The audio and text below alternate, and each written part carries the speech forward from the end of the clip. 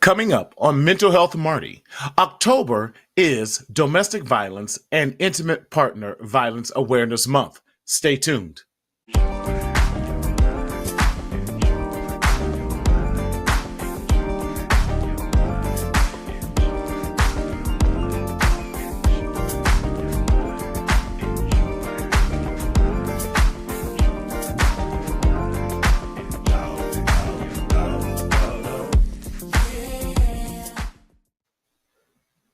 What's up, everybody? Yes, it's me. It's Martina Sellers, your mental health hygienist, coming to you live, always in living color in Southern California, where the sun is always shining. Can you believe we are in October? What's up, everyone? Where has the time gone by? We're in the fourth quarter of the year, the last quarter of 2023. Can you believe it? Wow. Again, where has the time gone? Hope everyone is doing well. You know, time is changing a little bit, although we don't do any time change till a month from now. But, you know, it's getting darker a little bit earlier. It's cooling off. You know, in Southern California, cooling off is about 70 degrees. We got a little breeze. I don't have to turn on my air nearly as much, but I hope that you are doing well. Let me know what's going on. Can you believe Christmas trees and everything are already out in everywhere you go, in Costco, in big lots, Lord have mercy, Hobby Lobbies, everywhere, Target, everywhere you go, Christmas is already invading the holiday season because it's going to be one big blur here in a minute. But I hope that you are doing well. Let me know that you're listening and where you're listening from, and definitely what's going on, everybody. Again, let me remind you what, again, Mental Health Marty is all about. We are a psychodynamic and a psychoeducational show here, and our purpose is to bring you topics about mental health, especially in our BIPOC, Black, Brown, and Indigenous communities of color. Talking about mental health and the stigmas that so often surround us to keeps us from getting help. Now, we are not a substitute for you seeing your psychiatrist, your therapist, or getting the professional help that you need. However, we are simply a supplement to help you along your mental health journey so that you can get the necessary help. So if you're experiencing any type of psychological emergency, please go to your nearest urgent care, dial 911 or 988, which is the mental health helpline, because we want you to be healthy and strong no matter what you do. Now, how do you engage with us during this show today? I am so glad that you asked me that question. Now, in order for us to see your comments, we want you to go and hop over to YouTube and look up a Mental Health Marty. When you see the Mental Health Marty, please subscribe and hit that bell so that we know that you are with us and joining us, so that every time we have a show, you will be immediately notified so that you can participate and be a part of this great discussion that we are having. Now, October October is a couple things that we do in mental health. But one of the things I want to definitely highlight this show is on domestic violence and intimate partner violence. Intimate partner violence is becoming a new term that we've been using here a lot lately because enough is enough when it comes to violence, when it comes to all the things that DV and IPV represents. And so we want to make sure that you get the necessary help. Now, I'm going to kind of give you a little bit of alert because we are going to be talking about some very, very intimate things. And some of these things can be a trigger for you, but we don't want this to be a trigger or anything. Hey, Miss Tanya Hill, hope all is well. Thank you for always joining us. Good to see you, darling, and hope that you are doing well. So again, when we're talking about intimate partner violence and domestic violence, we want you to be up on what it is, what it looks like, because it's just not the physical beating or the physical episodes or that as well. But before we go into that, Daryl, let's bring up that slide about the show, the webinar that we're going to be doing. Yes, not that one, but that's good. Let's go to the webinar. I want to bring it up first, and then we'll go. There we go. Thank you so much, Daryl. I appreciate you.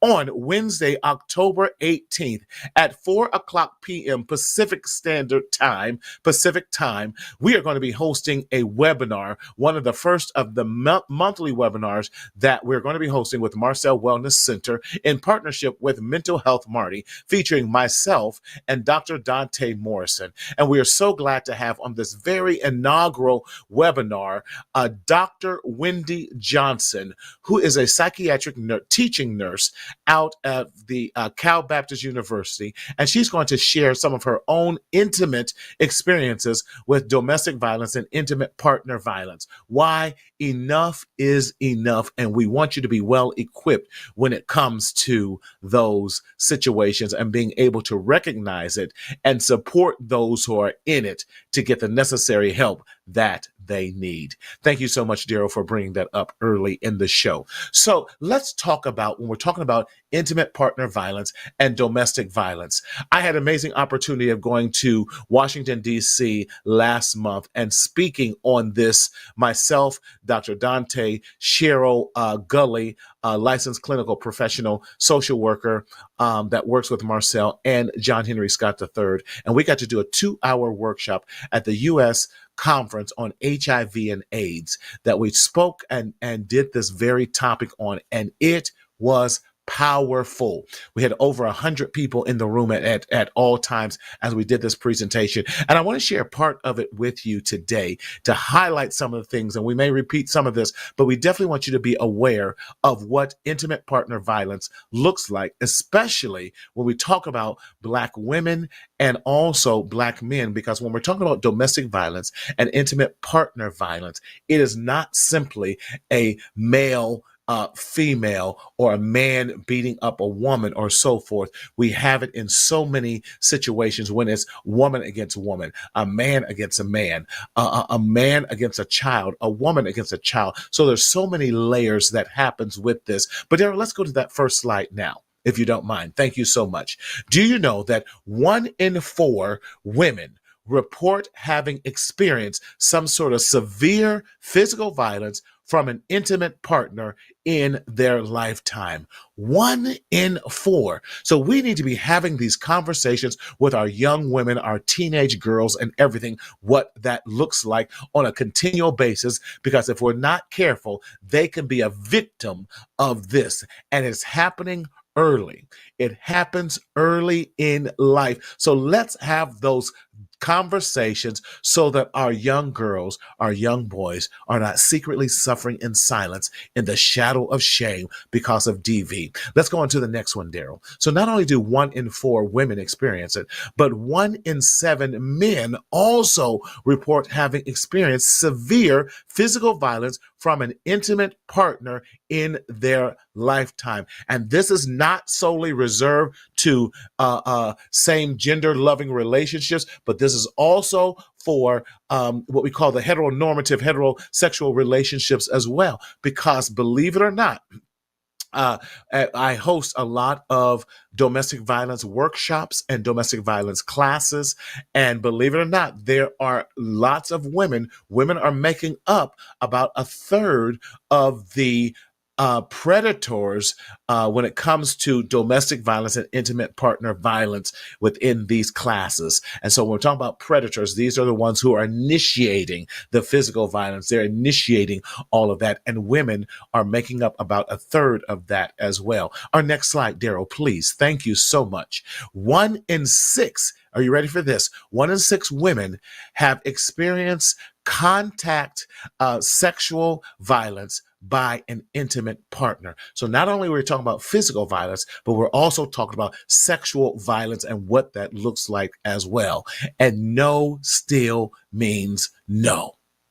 Next slide, please, Daryl. 1 in 14 men have experienced contact sexual violence by an intimate partner. 1 in 14 men. Next slide, please. Yes, we're going to go right through that, please. Yes, awesome, awesome, awesome. 10% of men and 10% of women and 2% of men having reported having been stalked by an intimate partner. We don't talk about stalking a lot of times these days, but we're talking about 10% of women and 2% of men report having been stalked by an intimate partner. And when we're talking about stalking too, we're not just talking about physical stalking where they're within the same proximity, but we're also talking about virtual stalking as well. When they're stalking your YouTube, they're stalking your social media reports and your social media outlets as well. Let's go to the next slide, Daryl. Thank you so much. And then we're also look at these age. These are people who have been affected by first IPV, intimate partner violence. Hey, Jerron, for the first time, first experiencing it before, can you imagine that? Experience it before the age of 25. Oh my goodness. Can you look at these statistics? 45% of women report being victimized by intimate partner violence or domestic violence between the ages of 18 and 24. That's a huge number. And look at those that are under 18, 26%. We are looking at the largest possibility and the largest time frame is up to age 24. But let's not also forget about the 25 to 34-year-old. It is still at 19%. These numbers are extremely too high for us not to have the conversations about intimate partner violence as well as domestic violence. Our next slide, please, Daryl. Thank you so much. When we're looking at from this from a multiracial perspective, look at our Black women. Our Black women and non-racial, non-Hispanic women. Let's look at those numbers. Those numbers are so alarming. So alarming. When we're talking about that, look at that. Black and non-Hispanic women, 45% are experiencing this. This is alarming. We have to talk to our Black women and our Black men when it comes to intimate partner violence. Why? Because too many are experiencing it and too many are not getting the necessary help that they need to survive so that we can calm down and we can bring these PTSD, post-traumatic stress, in line. And our last slide, please, Daryl. And then if we're looking at it too, intimate partner violence and women overall with HIV among their lifetime, 3.6 of all U.S. women, 3.6 in 10 have experienced some sort of intimate partner violence. And then among those who have HIV and AIDS, U.S. women, 5.5 out of every 10 women will experience some sort of intimate partner violence. And that is extremely, extremely, extremely, extremely alarming. And so with that being said, we need to have the conversations about what intimate partner violence looks like and what that does. And so, Daryl, what I'm going to do, I'm going to go to the physical IPV, physical intimate partner violence slide. And let's start right there, if you don't mind. Because what I want to do is define what someone, thank you so much. Some of these intentional uses of physical intimate partner violence, this is what it looks like. When we're talking about intimate partner violence, we're talking about those we're in a relationship with. And that's a little bit different from domestic violence in some sort. So we're looking at scratching, shoving, pushing, throwing things, grabbing, biting and choking, slapping and punching, burning. Can you even imagine that? These are some of the physical symptoms of it. Use of weapons, restraints, or other body size or strength against another person. So we can look at that because it's not. Now let's look at some of the other things. When we're talking about not just physical IPV, but we also have to look at the next slide there, please. Emotional and psychological intimate partner violence. This is trauma caused by various acts, threats of an act, coercive acts, humiliation, embarrassment, isolation. These are all trauma that is caused by emotional and psychological use of intimate partner violence, because it's not just the physical. Now let's go to the sexual with that. The next slide there. Sexual can be divided into three categories: the use of physical force, the attempt or completed sexual act, or the abusive sexual contact, because it is just not physical. It is physical, it's emotional, it's sexual. All these things need to be considered when doing and being a part of the intimate partner violence circumstances. Let's look at the next slide there, please, Daryl. And then let's look at economical intimate partner violence, making the victim financially dependent, forbidding the victim to attend at functions, accountability and justification for all monies, where they no longer have say-so over their financial well-being. That is a form of manipulation and a form of intimate partner violence and domestic violence. So it does not just have to be physical, but it's emotional, it's psychological, it is economical. And let's look at the last one as well. And generally, the stalking refers to the repeated behavior that causes a victim to feel a high level of fear. And what are we talking about? Let's look at that next slide there, dear, please, Daryl.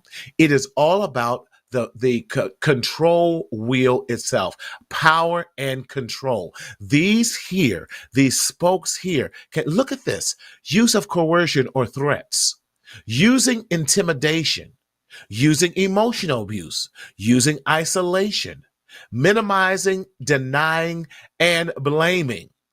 What are you talking about? Making you light of the abuse, denying the abuse, blaming the other person for the abuse, using the children against them, using male, and I want to say this too, and in other instances, female privileges, and using of economic abuses.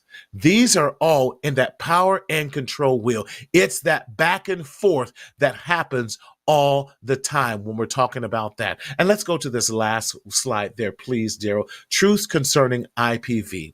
IPV, intimate partner violence, is a serious problem that is common in our society. It's becoming too common, and people are groomed much earlier to be predators than we would like to admit and realize. Number two, violence. What wonderful. Oh, thank you so much, Jeff. We're going to get into violence by an intimate partner is linked to both immediate and long-term health, social, and economic consequences. Woo! And then number three, clear association between intimate partner violence and mental and physical health. And then number four, factors at all levels: individual, relationships, community, and societal. all contribute to the perpetuation, perpetuate, I'm tongue tied today, perpetuation of IPV. Thank you so much. But let's go back to that last comment that Jeff had put up, please, Daryl. When we're looking at this, and I want to make sure, wow, I wasn't aware of the different types of IPV. Exactly. When we're looking at all of that, we have to look at all the different types, because a lot of times we believe because it's not physical, it does not fit into the category of domestic violence and intimate partner violence. But because it is all of those things, manipulation is just that, manipulation. I don't care where it comes from. If it's physical manipulation, where I'm beating someone, where it's financial manipulation, where you no longer have control over your money. A clear sign of financial manipulation is as soon as you get that, Linda, how is exposure to your partner's angry outbursts due to IDE considered IPV2? Of course. Of course, because you are at risk. You are because that is now manipulation. Anger outbursts because you are being controlled by their anger. Look at that. That's emotional. That's that emotional part of the IPV, that emotional part of the DV, because the perpetrator, pardon me, is taking control of your mind. They're going to tell you things like, you'll never amount to anything. Nobody is going to want you but me, and I barely want you at that. You're no good at anything, because they are still learning. We all are learning. We all are learning. So don't feel, we all are learning. Whenever we get to that point, because when we go back to that power and control wheel, it's about control. The perpetrator is trying to control every aspect of the victim. Here's what I've come to discover in my working in this and having grown up in that type of environment myself. What happens is the victim is what we call, Erlinda, in our clinical world, doing a lot of transference and counter transference of their own inferiorities, of their own insecurities, on casting them upon their victim. So because they're insecure, they have to portray like they're not insecure. So they make you insecure. And so that they don't, because they feel like less than, and they have these other things. So they have to be, it's bullying. That's all it really is. It's bullying. When we put it in that, I need to bully you because I'm insecure about myself. And therefore I can't let you or anyone else see my weaknesses, because if you really see how weak I am, then then you're not going to have respect for me. We don't have respect for you anyway, because if you have to use physical violence and emotional violence and economical violence and stalking violence in order for me to control you, then you're not much of a person anyway. I'm being very strong and careful with my words, because you, the perpetrator, needs help.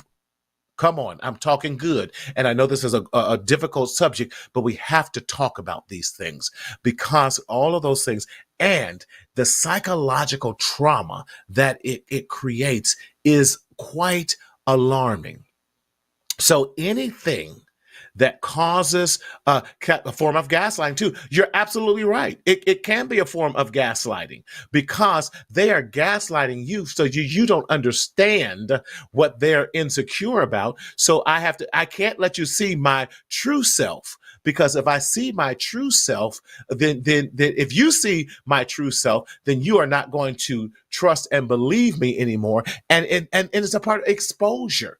And so now I've lost my bite. I've lost who I am. And when I've lost my control over you, then I've lost control over myself as well. And they never did have control over themselves. So, Daryl, I'm going to skip the disparities, but what I want to jump into is a couple things that comes out of this.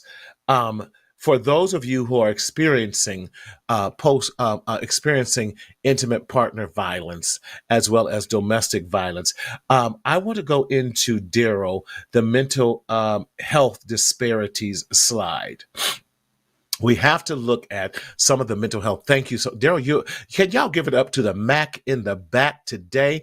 He is just doing this thing, and I appreciate you. Some of the disparities that and the prominent diagnosis that we see from being in a domestic violence and an intimate partner violence relationship. The key number one is PTSD, post-traumatic stress disorder. Now, anxiety and depression, they roll into the PTSD, but the prominent and the primary diagnosis I would give someone that is going through a DV and intimate partner violence situation is post-traumatic stress disorder. Let's go to the next slide because I want you to understand what this is. Post-traumatic stress disorder is a mental health disorder that develops in some people who have experienced a shocking, a scary, or a dangerous event. It is natural.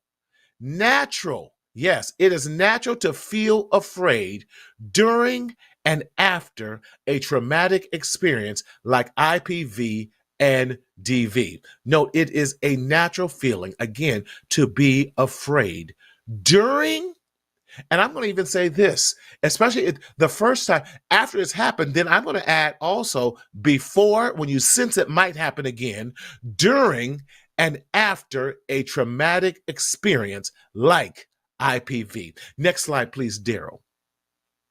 Here are some severe symptoms of post-traumatic stress disorder.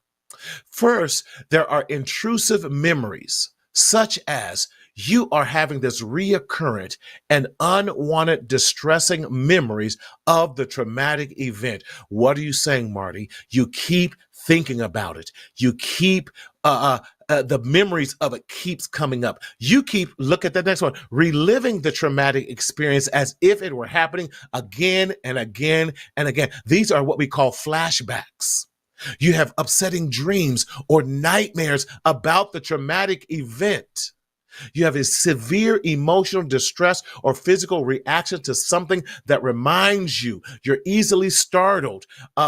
When you hear a loud bang or other things, you become distressed behind it because you are on wits end. You are hyper vigilant. You're hyper focused. And some avoidance symptoms look like this: trying to avoid thinking or talking about the traumatic event, avoiding places, activity, or people that will remind you of the traumatic event. Next slide, please, Daryl, because you are on it. I agree. Now, here are some of the negative changes in thinking and your mood. Negative thoughts about yourself, other people, or the world. See, that's how you know you're in this PTSD cycle. Hopelessness about the future.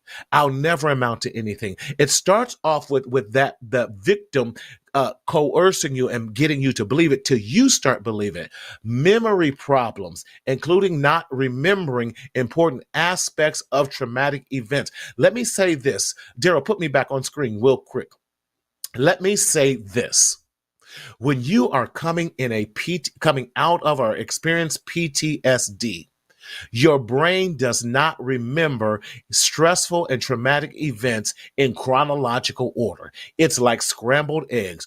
All the events get jumbled all in. So if you're not having the ability to remember things chronologically and you miss events that happened in 2012 with events that happened in 2022, and you mix that up with events that happened in 2002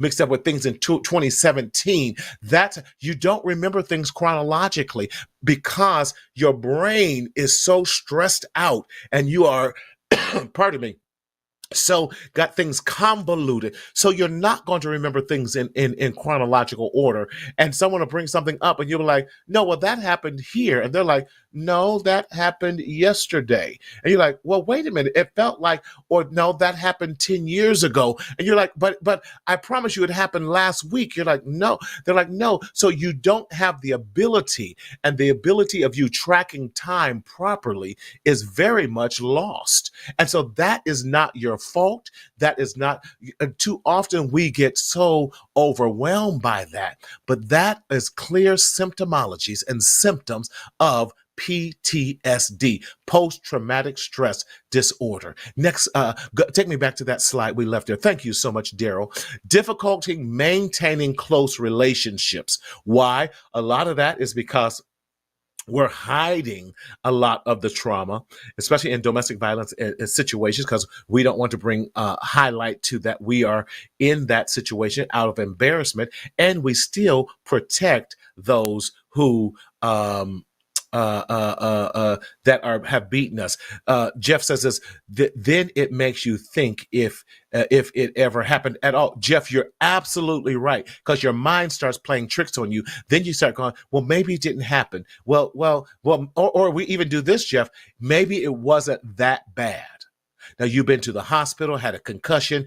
I had someone in my class talking about she had 48 stitches in her head. The person had beat her that bad. And then we downplay it. That is difficult. Yes. Feeling detached from family members and friends, lack of interest in activities you once enjoyed, difficulty experiencing positive emotions, and feeling emotionally numb. Those are clear negative changes. Let's look at the last slide on that as well, please, Daryl. Yes. Changes in physical and emotional reactions, also called arousal symptoms, include being easily startled or afraid, always being on guard, that hypervigilance, if you will. Self-destructive behaviors such as drinking or driving too fast, or just being very careless, taking on some on extra sleeping pills, smoking weed and marijuana. What you're trying to do is numb yourself from all of that so that you can just go on with life. Trouble sleeping. Why? Because if you sleep too hard, they could take advantage of you, and the beatings and all of these other things can continue. Trouble concentrating. It's hard to concentrate when you're hyper vigilant. It's hard to concentrate when you're always on guard. It's hard to concentrate when you're having trouble sleeping. Irritability, anger outbursts, or aggressive behaviors. That's when you've been pushed to the max, but then you learn to pull that in very, very quickly. And then overwhelming guilt or shame.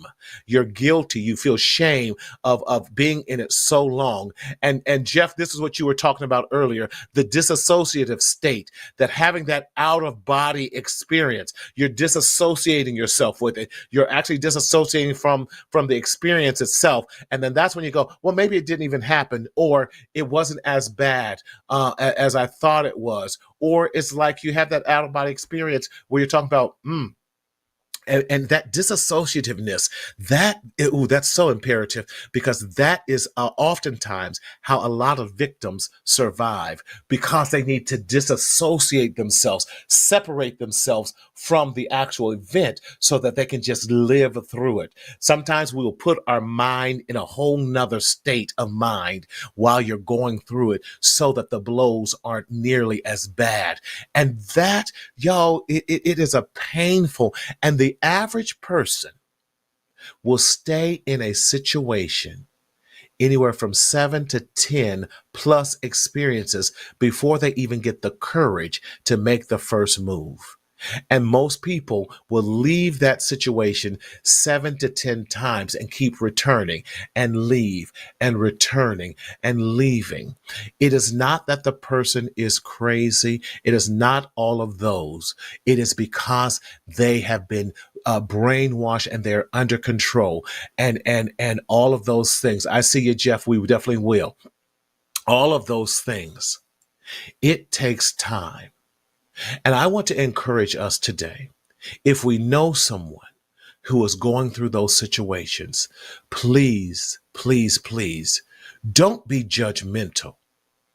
Don't say, what's wrong with you? They get enough of that from the person or persons, because it can be plural. I had a client, not only was the ex-husband doing these things, but the ex-husband had convinced the two older children to do the same, and they were male, to do the same towards the mother as well. So not only was she protecting her newborn from her ex-husband, but from her two oldest male children as well, who took on the persona. Because what happens is, when you're most people who are predators in a domestic violence situation, they have lived in it and experienced it, or if not been predators, been victims of domestic violence themselves. And so it's very much important that we lend a helping hand, that we try and help the person along the way. We help give them strength. We help them with a plan, because too often in these situations, the victim has to leave everything they have behind. And sometimes they have to leave the children behind. They have to leave every piece of memorabilia, or every type of photo, anything that means value to them. They have to leave that behind and flee, oftentimes for their lives. And that's a big decision, to say, I'm leaving everything behind and starting a brand new start with people I don't know, and go into hiding and everything else. It is extremely traumatic. So we cannot and should not be judgmental during that time. If anything, we have to be empathetic. We need to help them develop a safety plan. We need to help them put some clothes or have a safe space where they can run to and hide. And oftentimes where they need to hide their cars and everything in garages and other places. And sometimes they need to go from house to house for months on time until they can become safe. And so this is a very serious situation that many people are going through. And we need to be able to help them along the way. And often helping them means simply just being there, allowing them to have a shoulder to cry on, allowing them to know that they are safe, allowing them to know that you're going to be there as best you can to support them along their journey. When someone has been beaten down to the lowest denominator in their lives, it takes a lot of strength. It takes a lot of courage. It takes a lot of willpower to pull themselves up, leave everything behind, and to start afresh and anew. And some of the shelters can also be dangerous. What I love about it here in California, domestic violence shelters remain anonymous. You cannot call in them, and they are very much secret in that regards. This is so necessary and eye-opening. I've already screenshot some of the slides and shared this video. Thank you. It is my pleasure. It is my pleasure. And that's what this show is all about, bringing to light these things. And if you like, please, this will be on YouTube, and you can share this. I want to challenge you to share this video. And if you need to get the slides, please feel free to contact me at marty@mentalhealthmarty.com. Again, that's marty@mentalhealthmarty.com. We want to make sure that you have access to everything today, because we want to make sure that you get the necessary help. And in that, on this actual slides, there's a QR code that also has resources that you can go to and get help from as well. In California, across the whole nation, you can dial 211. 211 is the national helpline that you can get some help for and get resources. There we go. That's the Marcel Wellness Center. You can definitely check on that, click that QR code and get the necessary resources that you need as well. And dialing 988, which is the National Mental Health Helpline, that you can get help as well. All of these are trained professionals who can support anyone during their journey, because we have an epidemic. We have a crisis in this country. And too many people, too many women, too many in the LGBTQIA community are suffering because they don't have safe spaces to go. And let me say this, it's even harder for men who to find safe places. Why? And I've had men in my sessions that said they tried to report this and report IPV to the police and everything, and the police stations have laughed at them. And so a lot of this for men goes underreported because men don't have safety. And then when women, if they try to leave with their children, if they have male children that are usually 10 years old or above, the male children can't stay at the shelters in most occasions. So what do? Do I leave my 10, 11, 12, 13-year old son behind and then see him get abused? So these are all of the questions and all the challenges that these victims go through. So I applaud the victims. I applaud them for their courage. I applaud them for not thinking solely about themselves, especially those who have children, because there's so much, and it's a crying shame that these children, because they're male children, cannot go into these shelters oftentimes. And so we have to do a better job. And I'm calling on everyone. I'm calling on churches. I'm calling on nonprofit organizations, and definitely that to step it up during the month of October, which is Domestic Violence and Intimate Partner Violence Awareness Month. And again, on Wednesday, October 18th at 4 o'clock p.m. in here in Pacific time, we are going to be having a detailed, intimate conversation with Dr. Wendy Johnson, who is a two-time survivor of IPV. And in this time that she was getting in this intimate partner violence, she was also becoming a registered nurse. And so she was going to school and being beaten at the same time. Oh, her story is fascinating. And it is such, you must do, be a part of that. It is a free webinar. If you go on Eventbrite under Mental Health Marty, you can get your free tickets to that event. It is definitely worth it. It's going to be absolutely mesmerizing because you get to hear it from someone who not only was a victim, but was also a victor and got through it victoriously. And she is SoBomb.com. She is a teaching clinical psychological nurse at Cal Baptist University here in Riverside, California. And she is spreading the news and just being an anchor out there in the community, especially for Black and brown women, saying enough is enough. And you don't have to continue to secretly suffer in silence in the shadow of shame, but you get to speak up, speak out, and live. That's what it's all about. That is what it's all about. So I hope that this has been so informative for you tonight. But I just wanted to take some time, have an intimate conversation with you tonight on what IPV and domestic violence looks like, so that we are more aware of it, so we can see the symptoms of it, but more important, or the signs of it rather, but more importantly, also look at the mental health disparities and the mental health challenges that those who are victims of intimate partner violence and domestic violence, what they go through. We have to be aware.